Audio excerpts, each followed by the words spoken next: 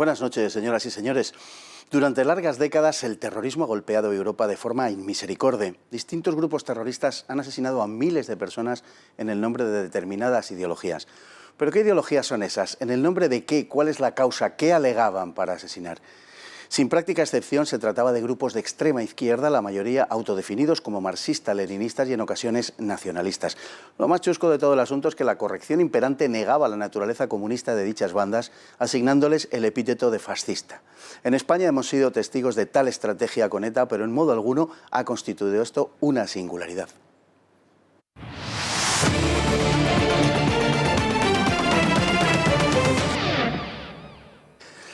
Y en nuestra sección Desde Fuera, la revista Deutsche Welle nos trae el titular de que vuelven a arrestar al ruandés detenido tras el incendio de la Catedral de Nantes. Y es que le habían puesto en libertad tras la primera detención. Atención al asunto.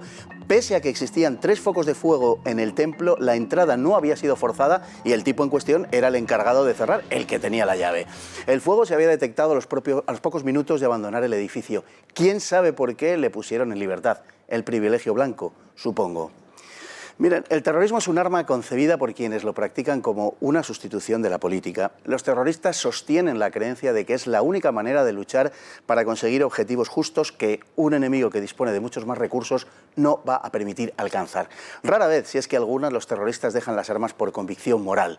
Cuando lo hacen es invariablemente porque han llegado a la convicción de que la vía de la violencia no es políticamente rentable. La elaboración de una leyenda rosa en torno a la resistencia en Europa contra la ocupación nazi ha sido causa histórica del surgimiento del terrorismo entre la generación que siguió a la que combatió en la Segunda Guerra Mundial. Desde el punto de vista de la extrema izquierda, los estados democráticos que sucedieron desde 1945 a sus predecesores eran básicamente igual de autoritarios y represores, aunque hubieran operado unos cambios puramente cosméticos. En consecuencia, había que combatirlos con los mismos métodos que se habían empleado durante la guerra, con el terror. Nada ha hecho tanto por el terrorismo como la leyenda del antifascismo. En los años 50 surgieron las guerrillas en Hispanoamérica, rodeadas de una aura romántica de lucha por la justicia social y defensa de la identidad frente al gigantesco vecino del norte, lo que en parte era cierto.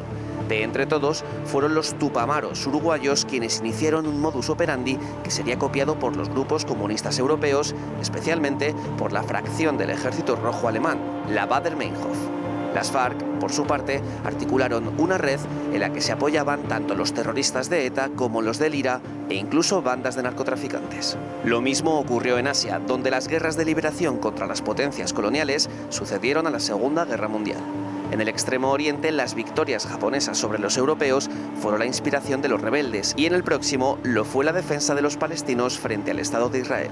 En los años 70, el terrorismo árabe era quizás el de mayor entidad del mundo y daba cobertura a sanguinarias bandas terroristas como ETA. En Sudáfrica surgió, en los años 60, la Lanza del Pueblo, organización terrorista a la que perteneció Nelson Mandela, ligada al Partido Comunista Sudafricano. Guerrillas comunistas surgieron en Angola y Mozambique, además de Guinea-Bissau, todas ellas colonias portuguesas, y se generalizaron por el continente negro. Pero fue en la Europa posterior al 68 donde apareció un terrorismo producto de una sociedad satisfecha que por primera vez no sufría una guerra ni padecía hambre y que disfrutaba de un nivel de vida como jamás se había conocido.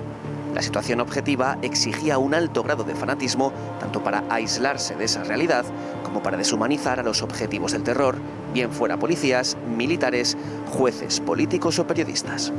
No todo el terrorismo obró de igual manera. El Baader-Meinhof o el Grapo no encontró jamás apoyo social. Pero el etnoterrorismo de ETA o el del IRA, que también mantuvo contactos con los soviéticos, se enraizaba en un medio social favorable. Por otro lado, no puede olvidarse el papel de las potencias que se beneficiaban del terrorismo.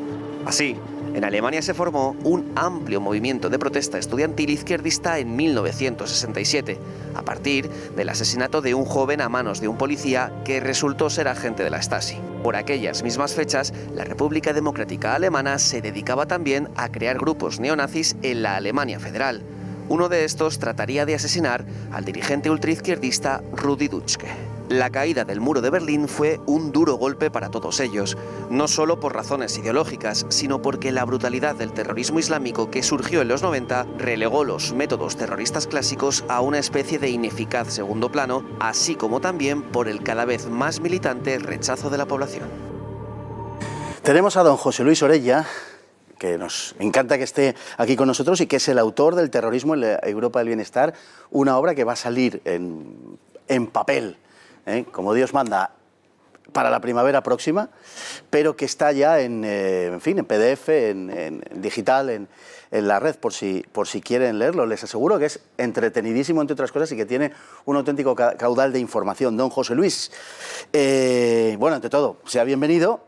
Y decíamos que el antifascismo ha sido una coartada demasiado duradera a lo largo del tiempo, aún seguimos padeciéndolo y en definitiva fue la justificación última del terrorismo entre los años 60 y los años 80. Sí, desde luego no cabe duda, ¿no? O sea, el papel de grupos de la resistencia o la mitificación de los partisanos en algunos países a través del cine, vemos primordialmente en la Segunda Guerra Mundial, dio una visión muy idílica de ello y por tanto luego en la década de los 60 muchos de los grupos terroristas que surgieron sí que se llamaban como hijos un poco de aquellos grupos, ¿no? Que lo único que hacían era completar la misma misión que habían desarrollado en el pasado aquellos grupos que fueron mitificados por la literatura y por el cine, ¿no? Y hay una justificación de tipo teórico para todos estos grupos que se la proporciona básicamente la Escuela de Frankfurt al sostener que los estados europeos nacidos de la derrota después de la Segunda Guerra Mundial, caso de Alemania fundamentalmente y en parte Italia también, son exactamente igual que los estados fascistas, solamente que han mutado lo suficiente como para ganar una cierta respetabilidad, pero que en realidad su esencia básica es la de un estado fascista porque son estados autoritarios, por más que en la realidad fueran estados democráticos y demás. Pero la Escuela de Frankfurt sostiene esto. Lógicamente eso es munición para el terrorismo. Totalmente, y sobre todo cuando precisamente por la proximidad con la Segunda Guerra Mundial muchos miembros de aquella clase política pues bueno, habían tenido edad para poder formar parte de los ejércitos en la Segunda Guerra Mundial. Tenemos en cuenta que incluso Helmut Schmidt, primer ministro de la socialdemocracia alemana, había sido capitán de la Wehrmacht, ¿no? Entonces todo aquello parecía probar, podemos decir, bueno, aquí ha habido una mutación y en realidad seguimos estando bajo una tiranía totalitaria de signo fascista, ¿no?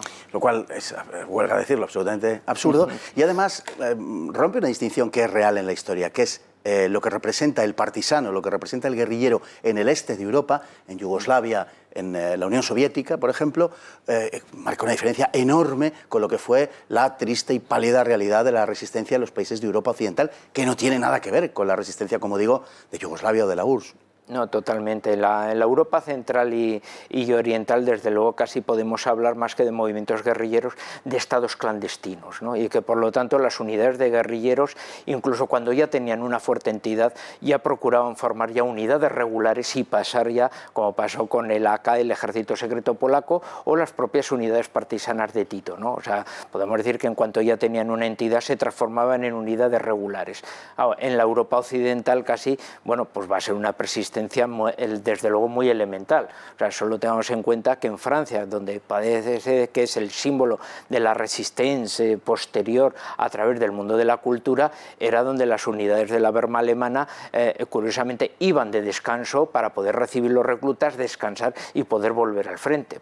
Si hubiera habido una resistencia de verdad, desde luego no hubieran podido hacer esa labor, desde luego, de depósito y para recuperarse, ¿no? Y una resistencia además, en el caso de la francesa y en general de la Europa Occidental, que no comienza sino hasta junio de 1941. No de 1940, cuando sus países son derrotados, sino de 1941, cuando Alemania ataca a la Unión Soviética. Está claro a quién servían. No, totalmente. O sea, excepto algunas individualidades que más que guerrilleros solían ser agentes de información de inteligencia para los servicios británicos en ese momento, desde luego cuando hay un nacimiento de una resistencia de mayor entidad son ya los partidos comunistas, cuando la Unión Soviética se ve afectada por la invasión, y rápidamente entran como un nuevo frente, desde luego, secreto en guerra, pero sirviendo a la Unión Soviética, no a sus países que hasta aquel momento no habían realizado ningún tipo de labor, sino más bien todo lo contrario por el pacto Ribbentrop-Molotov. Así es. Bueno, la inspiración ya de los grupos de los 60 en adelante vino fundamentalmente de los países hispanoamericanos y básicamente más que nada por la mística, digamos, del guerrillero, incluso de la figura antropológica del guerrillero. Lo que pasa es que la situación en Hispanoamérica sí que, digamos, justificaba el florecimiento de esos grupos en función de las injusticias existentes en el continente, pero desde luego en Europa sucedía todo lo contrario. Totalmente, claro, las enormes diferencias sociales, la necesidad, el hambre de justicia social que parecía alimentar y demandar ese nacimiento de esas guerrillas, por el ejemplo cubano. Y tengamos en cuenta que incluso Fidel Castro, cuando se lanza a la sierra, ni siquiera en aquel momento se define como comunista, se va a definir mucho más tarde. En ese momento es un dirigente conocido del Partido Ortodoxo, y desde luego ese mundo más bien centroamericano o de Perú, porque no todos los países sudamericanos son iguales, desde luego guardan enormes diferencias que no tienen nada que ver con esa Europa del bienestar, que hasta ese momento nunca Europa había tenido un momento de riqueza y de nivel, desde luego, de prosperidad como en la historia había tenido, ¿no? Es curioso, ¿verdad?, que nazca en ese momento de una particular prosperidad, además cuando Europa ya lleva décadas sin la violencia de guerras entre los países europeos, y cuando el futuro, tal y como era percibido por las sociedades europeas, resultaba esplendoroso, porque fue una década de un crecimiento económico y social sin precedentes. Sí, y curiosamente es cuando ellos achacan a ese bienestar económico, estos grupos radicalizados, el que sea como una especie de opio, o sea, lo que habían acusado en generaciones anteriores a la religión, ahora lo acusan al bienestar. Por culpa del bienestar social, resulta que tú ya no reivindicas un cambio de mentalidad, y resulta que la revolución tiene un fin en sí misma, y por lo tanto ellos se lanzan a provocar esa revuelta, esa revolución, cuando la mayoría de la sociedad lo único que quiere es mantener su nivel de vida y mantener el pleno empleo que subsistía en gran parte de los países europeos occidentales del momento, ¿no? El mundo del terrorismo, y más en esa época, es un poco el mundo, bueno, mucho el mundo de la confusión. La verdad es que, aunque se va abriendo paso la luz sobre el asunto, y en gran parte en el libro de José Luis Orella se puede seguir perfectamente, pero lo que nos... sobre lo que se pone el foco al final, o lo que vemos cuando se pone el foco sobre el asunto, es una enorme confusión. Tenemos que tener en cuenta también en ese momento, si hablamos del terrorismo en Alemania, por ejemplo, el papel que juega la República Democrática Alemana, la Stasi, un papel fundamental en la generación de grupos terroristas, de grupos ligados, bueno, de grupos de extrema izquierda y de grupos neonazis, que en su inmensa mayor parte, los que existen en la República Federal Alemana, están directamente constituidos desde el otro lado del muro, desde la Alemania comunista.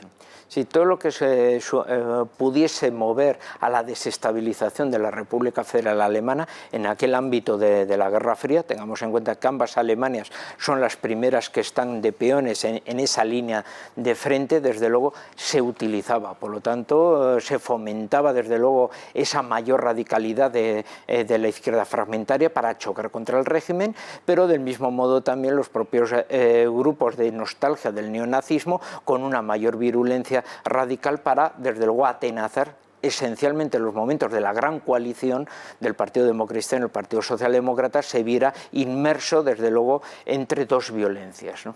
Se produjo, por ejemplo, el atentado, que no derivó exactamente en asesinato a corto plazo, porque luego vivió 11 años más, hasta el año 79, de Rudi Dutschke, que estaba conectado con la República Democrática Alemana, a manos de un radical neonazi. Probablemente los dos cobraban de forma directa o indirecta, o eran apoyados de alguna manera por el mismo dinero, por el mismo poder, por la RDA. Sí, sí, porque muchas veces cuando surgen esos estallidos de necesidad entre comillas, de un grupo terrorista, tanto en Francia como en Alemania, etcétera, sobre todo tienen la necesidad como de un mártir.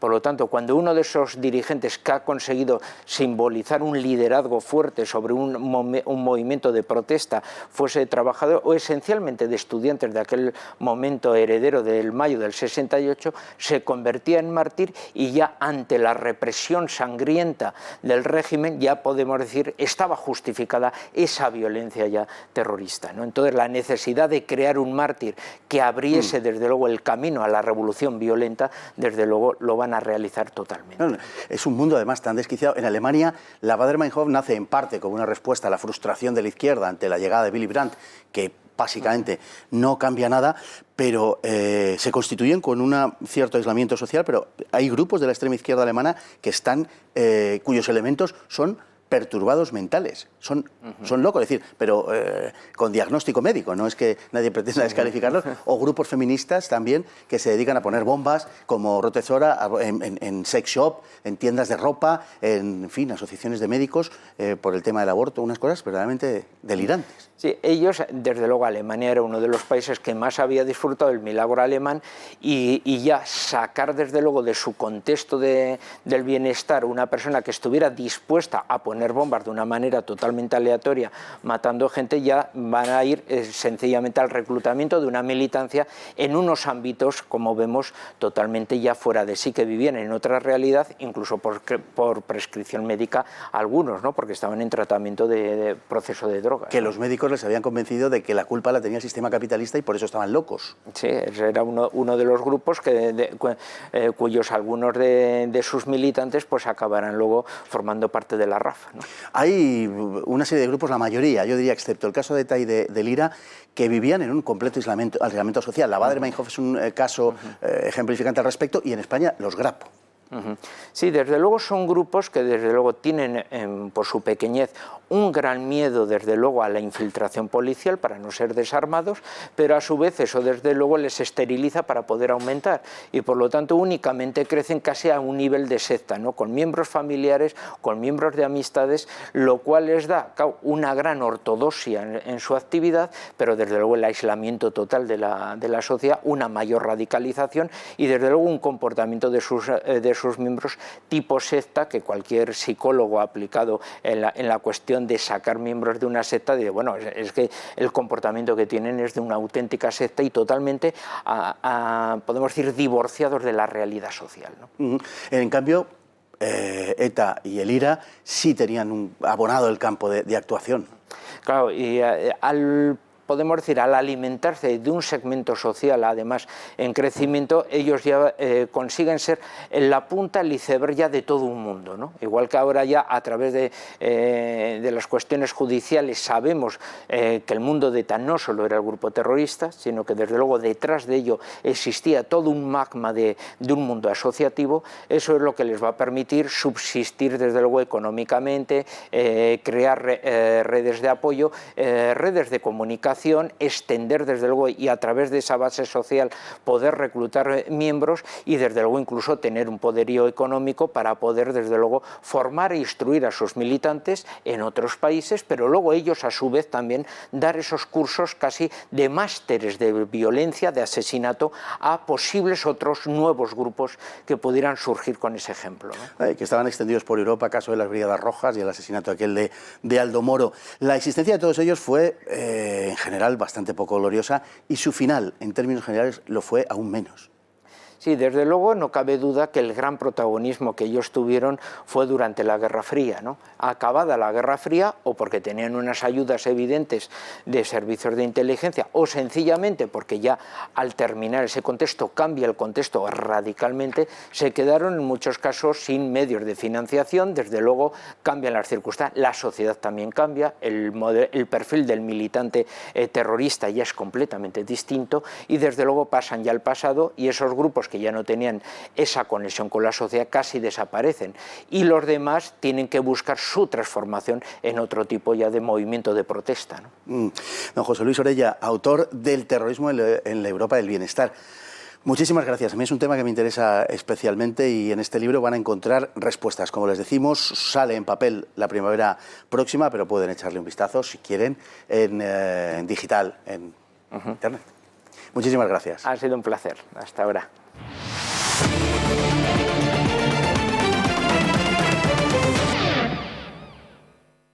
Y vamos ahora con nuestro simpático espacio de la hemeroteca. Nos trae Voz Populi suma y sigue en Radio Televisión Española. La 1 va camino de registrar el peor mes de su historia. Y es que Rosa María Mateo, que llegó a mediados de 2018 para estar 3 meses en el cargo y lleva ya 24, ha destrozado la escasa reputación que le quedaba a esa casa. En términos de cuota de pantalla, la pandemia brindaba una gran oportunidad a la cadena estatal en su calidad de servicio público. Pues bien, los telediarios y los informativos en general han caído en picado desde que la señora Mateo está al frente. No sé si será por su insufrible sectarismo, pero ciertamente ha convertido aquella casa en televisión espantosa. Nos vamos a publicidad.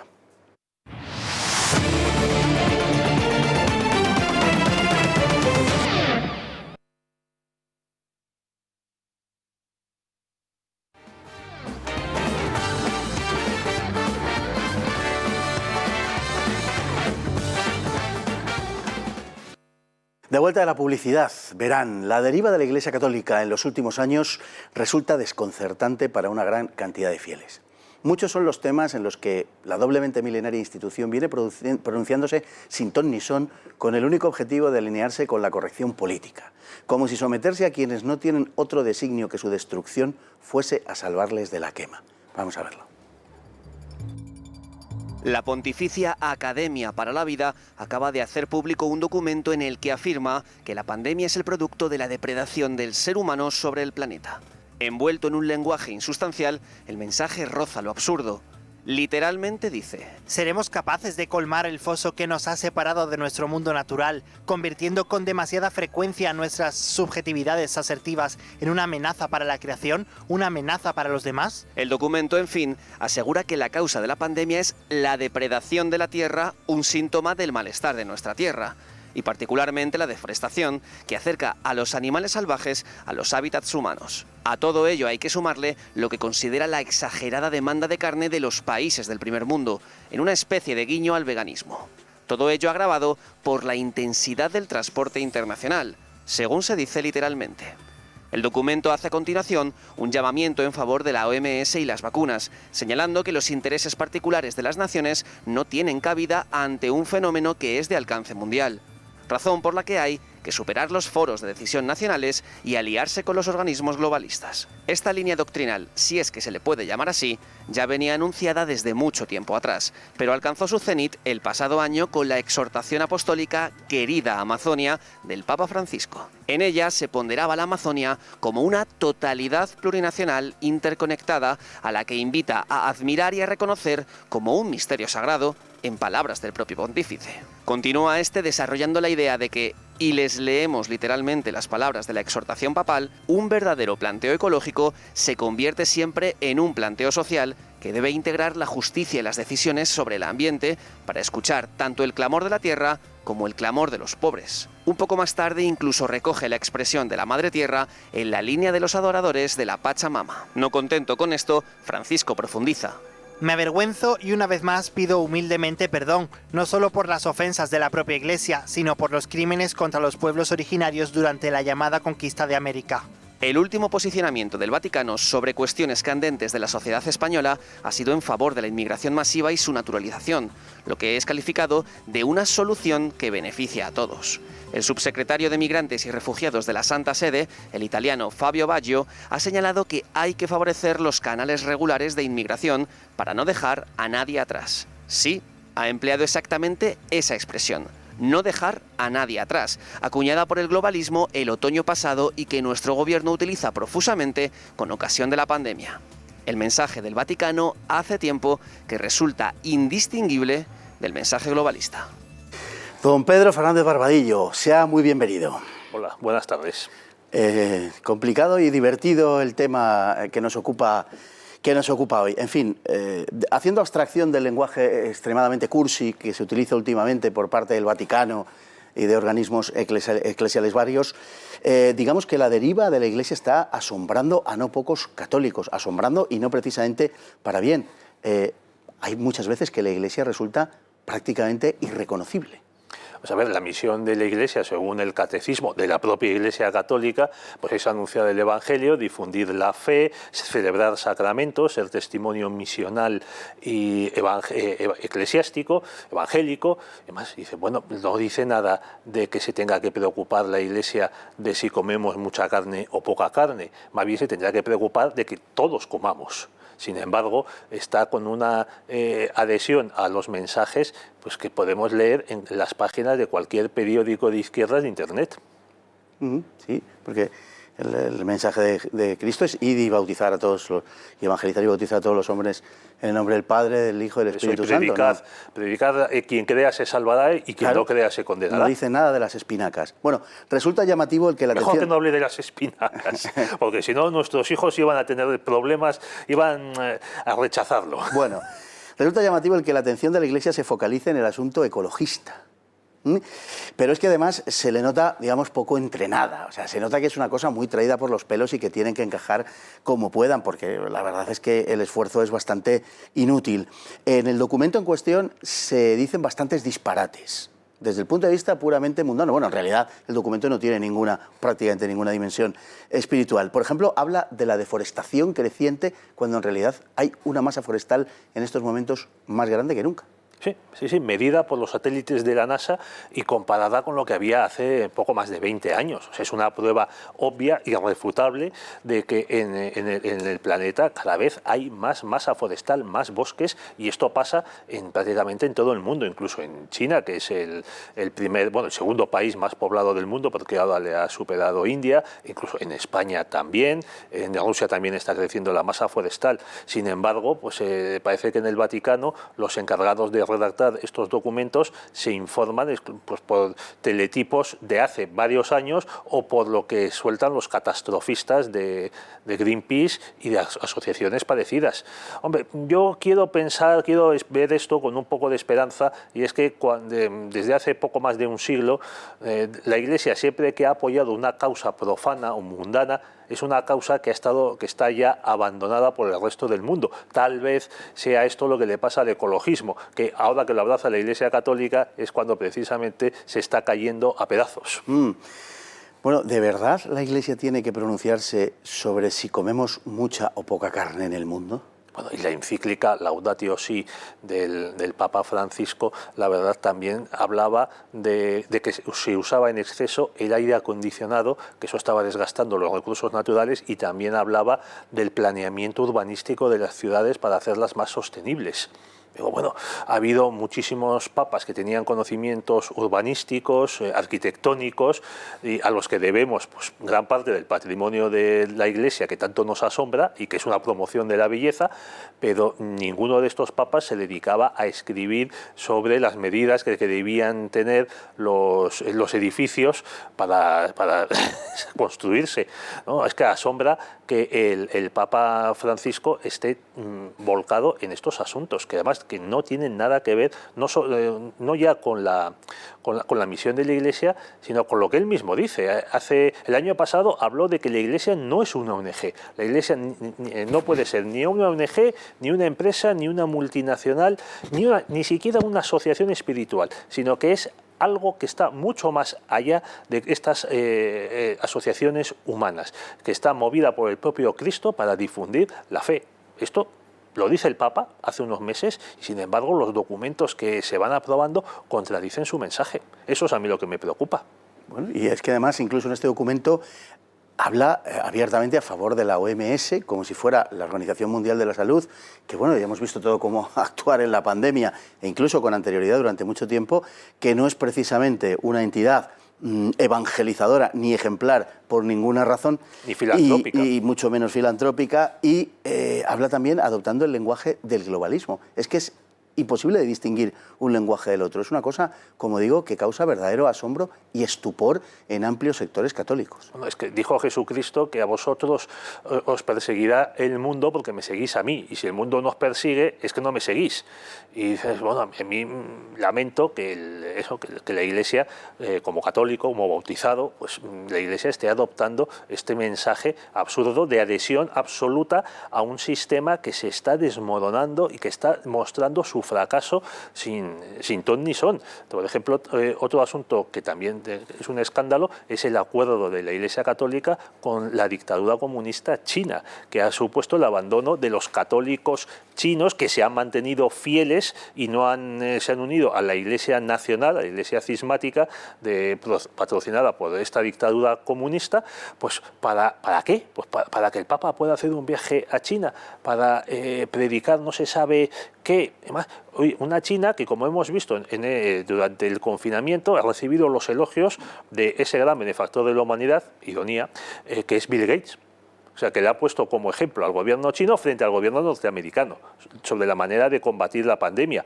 Hombre, alguna responsabilidad tendrá este gobierno chino comunista en el nacimiento de esta pandemia, más que el cambio climático o más que la explotación ganadera, en el nacimiento de este virus, el nacimiento y la difusión de este virus. Pues nada, que estamos encantados con China, ¿no? No sé, rezaremos en las preces por el gobierno chino, que Dios nos lo conserve muchos años. En fin, la exhortación de Querida Amazonia es otra de esas cosas que ha dejado a muchos católicos boquiabiertos. En ella el Papa dice cosas como que se pondera la Amazonia como una totalidad plurinacional interconectada. O sea, de verdad. Es imprescindible hablar así, y además, bueno, ya en el terreno un poquito más teológico, invita a admirar y a reconocer como un misterio sagrado a la Amazonia. Bueno, es un lenguaje, el de la multinacionalidad, no sé cuántos, unidad, un lenguaje muy propio de los bolivarianos, de Hugo Chávez y de Evo Morales.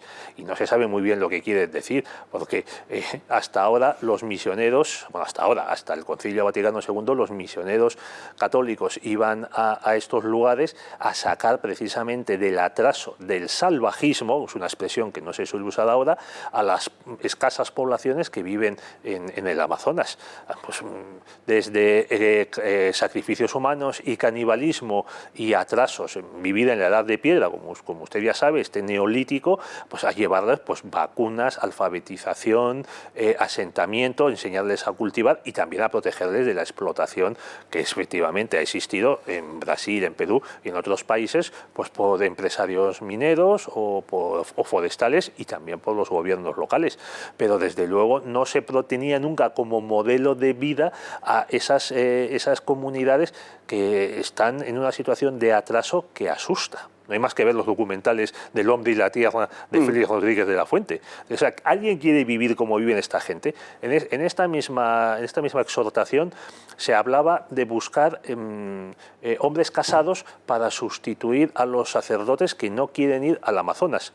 Bueno, si no quiere ir un sacerdote que es un célibe y que no tiene cargas familiares, ¿cómo vas a encontrar un casado dispuesto a llevar a su mujer y a sus hijos ahí?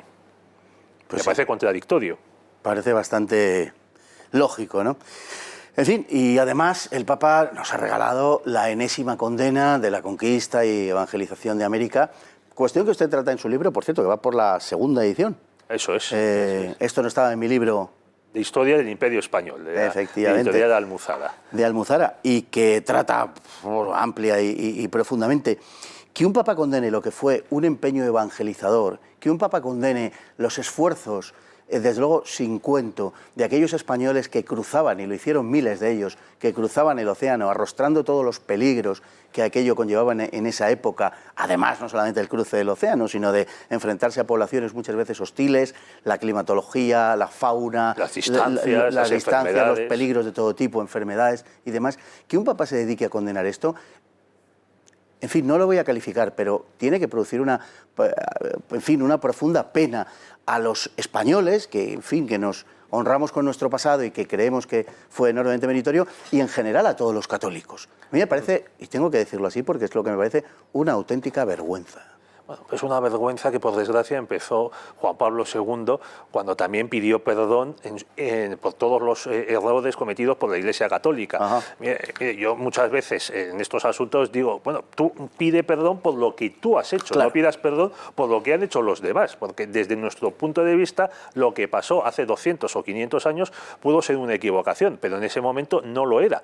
Yo no veo que ningún papa actual o ningún cardenal pida perdón, por ejemplo, por los curas los obreros que tanto daño hicieron, o por la vinculación de determinado clero, sobre todo en Hispanoamérica, como se ha mencionado en la parte anterior de este programa, con las guerrillas y los grupos terroristas de extrema izquierda, porque de esto sí tiene responsabilidad la Iglesia actual, pero no de lo que pasó en las cruzadas. Don Pedro, vamos a ver, es que no es humildad pedir perdón por lo que otros hicieron, es soberbia.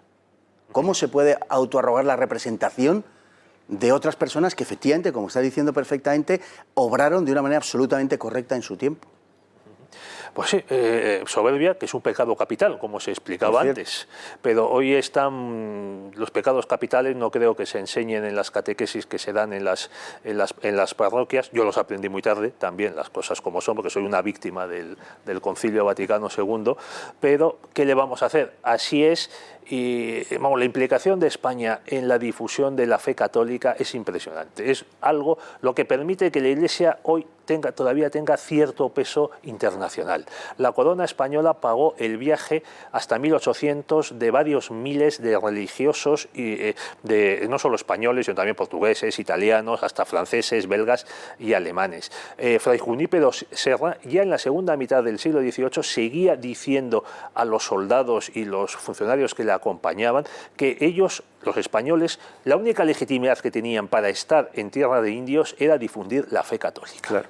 Y la verdad, con la fe católica, esos españoles no solo difundieron la palabra de Cristo y el Evangelio, sino que llevaron pues, el Renacimiento, la cultura, la música polifónica, las calzadas, la rueda, cantidad de adelantos, cantidad de comida, animales de carga que liberaban a los indios del trabajo forzado. O sea, lo que hacen los misioneros que van hoy a África y enseñan a los indígenas a cavar un pozo y hacer acequias.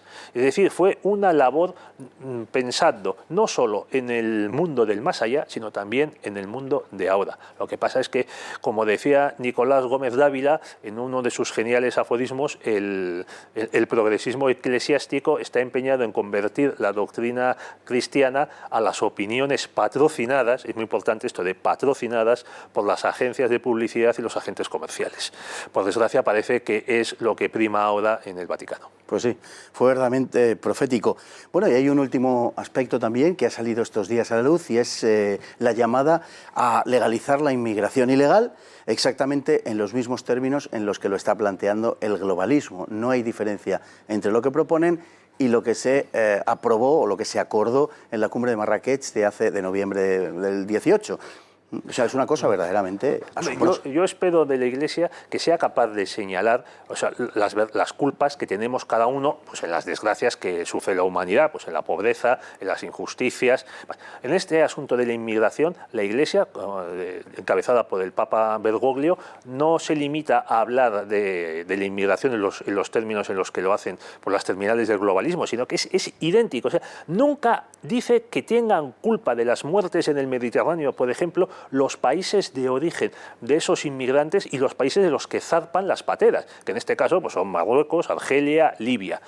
Hay algunos obispos africanos que se atreven a romper este discurso monocorde y ellos mismos reconocen que la responsabilidad mayor en la inmigración que está privando de sus mejores personas, de los más preparados, los más dispuestos a emprender, a tomar riesgos, son los gobiernos que hay en esos países, en Nigeria, en Senegal, en el Congo, y que tienen mucha responsabilidad esos gobiernos. Me acuerdo que hubo hace unos años, con motivo de los aniversarios de las independencias de los años 60, hubo una conferencia episcopal, no sé si en la República Centroafricana, que dijo que ya estaba bien de culpar al colonialismo y de lo que pasaba en estos países, que ya llevaban 50 o 50 años de independencia y que ya la responsabilidad por lo que hubiese en los países era propia. Claro, echarle la culpa a la inmigración, a los países occidentales que no abren sus fronteras, contribuye a quitar responsabilidades a los gobernantes locales. Así es. Yo lo que espero de la Iglesia es que muestre a los hombres el camino de la salvación, que es para lo que están, y que todo lo demás son opiniones y frecuentemente extraviadas. Que se las ahorren. Son opiniones que no nos obligan a los demás católicos. Pues don Pedro Fernández Barbadillo, muchísimas gracias. Usted. Y nos vamos con la frase del día, que dice así. La Iglesia no puede avanzar con los tiempos porque sencillamente los tiempos no avanzan. Si lo hiciera, la Iglesia encallaría en el fango y con el tiempo se pudriría y apestaría. Gilbert Keith Chesterton. Muy buenas noches.